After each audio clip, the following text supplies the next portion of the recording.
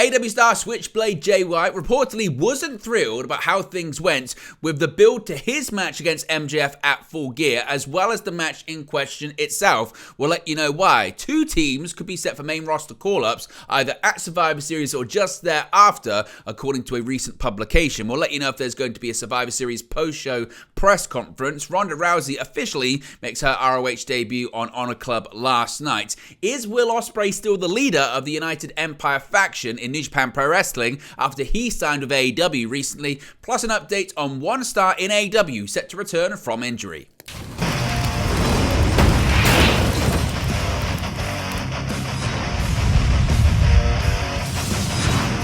Hey guys, welcome back to Wrestling News 365. Hope everyone is doing very well. As always, there are plenty of news stories to get into in the world of professional wrestling. Let's start off talking about Switchblade Jay White and how he's not been too happy when it comes to his recent feud with MJF that culminated in an AEW World Championship match that he was defeated in at Full Gear last weekend. Now, since joining AEW in April of this year, Bullet Club Gold leader Jay White has been featured frequently and recently finished his feud with MJF over the AEW World Championship.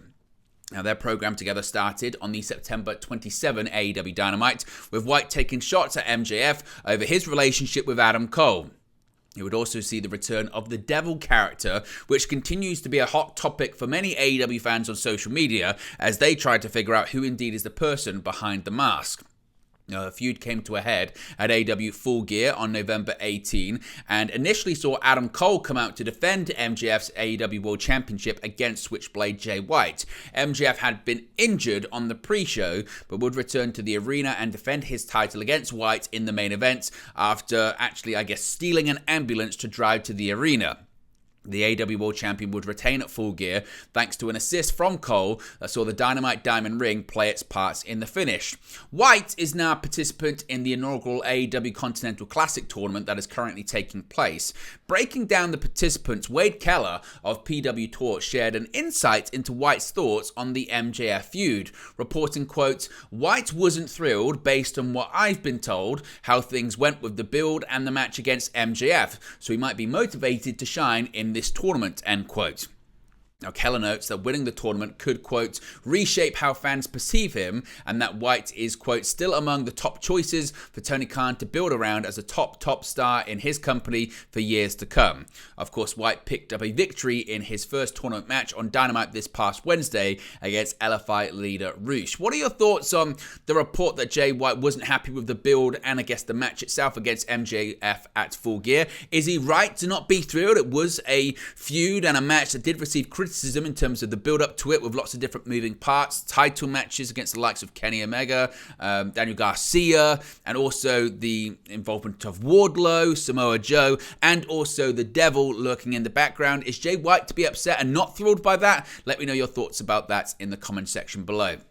Now, two teams that could be set to debut either at Survivor Series or possibly shortly thereafter have now been revealed. There has been a potential spoiler on two tag teams that may be set to move to the main roster following Survivor Series. Now, Survivor Series, of course, is set to take place this weekend in Chicago, with the show officially outselling WrestleMania 22 in the same building back in 2006. A reminder, we will have a watch-along and a post-show for Survivor Series tomorrow night, live here on the channel, so if you haven't already, be sure to subscribe, click that notification bell. You'll be notified when indeed we go live for both shows. Now, as with all WWE Premium Live events, official event programs are being sold at the event, and in the Survivor Series program are several interesting names. Per WrestleVotes, which you can see on the screen right now, the program for this year's Survivor Series event features two notable names that are not currently featured on the main roster. Here's the tweets in question. They said, quote, "I'm told the Survivor Series official event program features two notable teams, one being Gallus, as no other NXT group or superstar is included. The other noteworthy team included in the program is Akam and Razor, formerly known as the Authors of Pain. Seems both could be headed to TV shortly."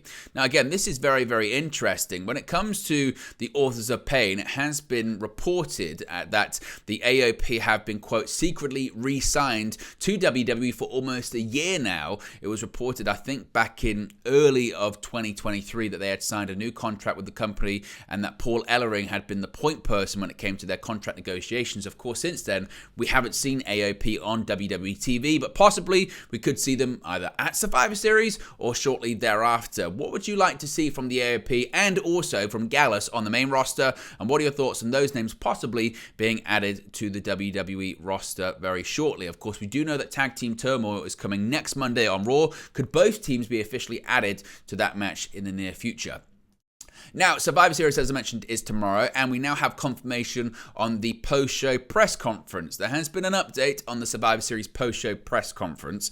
Of course, with the show taking place in Chicago this weekend, some fans have speculated about CM Punk possibly making a WWE return on the show after his AEW termination on September 2nd. Now, WWE has been holding numerous post-show press conferences for premium live events recently, with it recently being reported that actually at the last post-show press conference, that being Fastlane, WWE had actually been prepared for any potential questions about CM Punk, but no journalist there actually asked a question about the former AEW World Champion.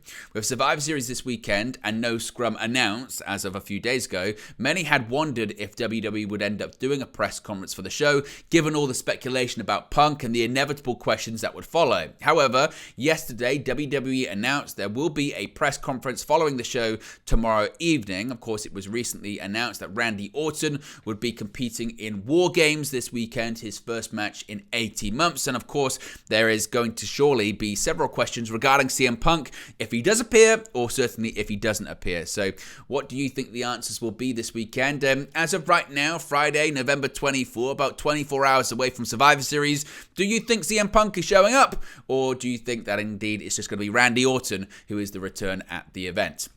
Last night it was Ring of Honor on Honor Club, and despite this actually being filmed nearly, 7 days ago, Ronda Rousey, she's officially now made her Ring of Honor debut. Ronda Rousey's debut for Ring of Honor officially aired last night on November 23rd on the episode of ROH on Honor Club. Ronda Rousey made her debut for Ring of Honor last Friday, that being November 17, at the tapings in Los Angeles, California, following AEW Collision.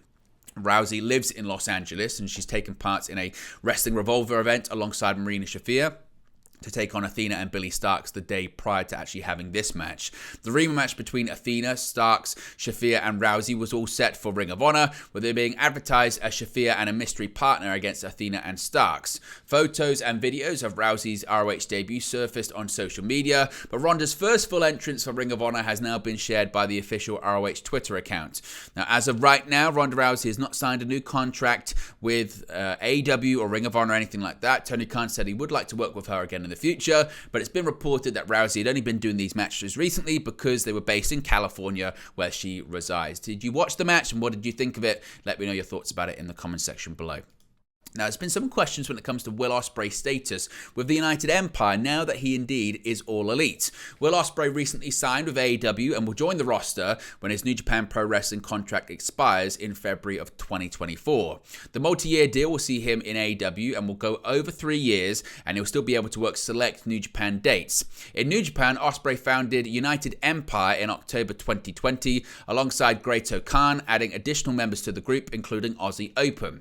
United Empire would make its presence felt in AEW, with Aussie Open going on to sign with the company in May of this year. It looks like Ospreay signing with AEW doesn't disrupt United Empire in New Japan Pro Wrestling, according to Great-O-Khan. In an interview with Tokyo Sports, Great-O-Khan said, quote, Ospreay will continue to move up to New Japan and will not leave United Empire. I guess they all need to do is to increase the number of members of United Empire over there and show their authority. Citizens of the Empire have nothing to worry about. Great-O-Khan would also discuss a possible future in AEW, saying, quote, there is no way that I will receive an extraordinary offer. He's called Tony Khan, so he's like a distant relative. However, I have a mission now. Shinsuke Nakamura said, the Japanese professional wrestling world needs a savior. Who else there besides me? I will become the chosen savior. Great-O-Khan started training in 2015 with New Japan and made his debut in February of 2016. During his time with the company, he's been a 2-time IWGP Tag Team Champion with Jeff Cobb. So it looks like United Empire is going to be continuing to be a thing in New Japan and AEW. The question is, does Will Ospreay leave the Don Callis family and actually just become United Empire in AEW alongside Aussie Open, or is there going to be a merger between the United Empire and the Don Callis family in AEW? Certainly, with recent indications, it looks like it could be the case as well. So let me know your thoughts about that. Finally, an update on Dante Martin, as he looks to be recovering from his really brutal injury he suffered earlier this year. Fightful Select are reporting they have learned that Top Flight's Dante Martin was backstage at a recent AEW show and is nearing a return from injury. Martin suffered a gruesome injury at a March Ring of Honor pay-per-view during a Canadian destroyer to the outside of the ring through a table. It was kind of Sid Vicious-esque with his leg pointing in a completely different direction. Now, back in July, Ian Riccaboni said on commentary that Dante Martin was ahead of schedule and was healing up. Dante's brother Darius has been extremely active, especially on the Ring of Honor brand, working both in singles competition and also teaming with Action Andretti. Fightful say they haven't learned of any creative plans for the tag team wrestler as of right now, but indeed it looks like he's ahead of schedule and could be set for a return to the ring soon, so good news for him. But there you go, guys, it's the latest pro wrestling news for you. Be sure to smash a like on the like button, be sure to subscribe bottom right hand corner. As always, let me know your thoughts in the comment section below, and I'll speak to you again very soon. Hey guys, thank you for watching, listening, streaming, or however you come across this video today. Be sure to click on the video on the right there to watch our next video, or click the bottom there to subscribe, or the bottom right hand corner. Thank you very much, and I'll speak to you again very soon.